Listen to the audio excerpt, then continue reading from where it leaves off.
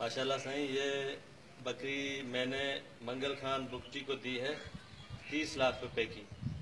आज मंगल खान के आदमी लेने आए हैं, नौका खान बुकटी आज ये बकरी लेने आया है, 30 लाख की मैंने दी है। और मैं दुआ करता हूँ कि अल्लाह पाक मंगल खान बुकटी को इस बकरी में से खिलाए।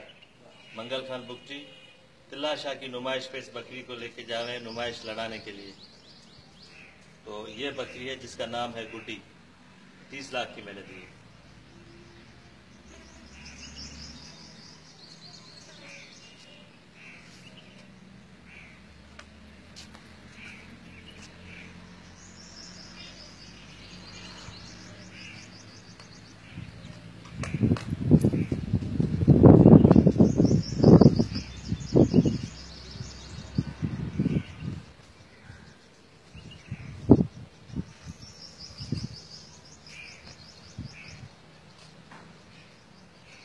माशाअल्लाह।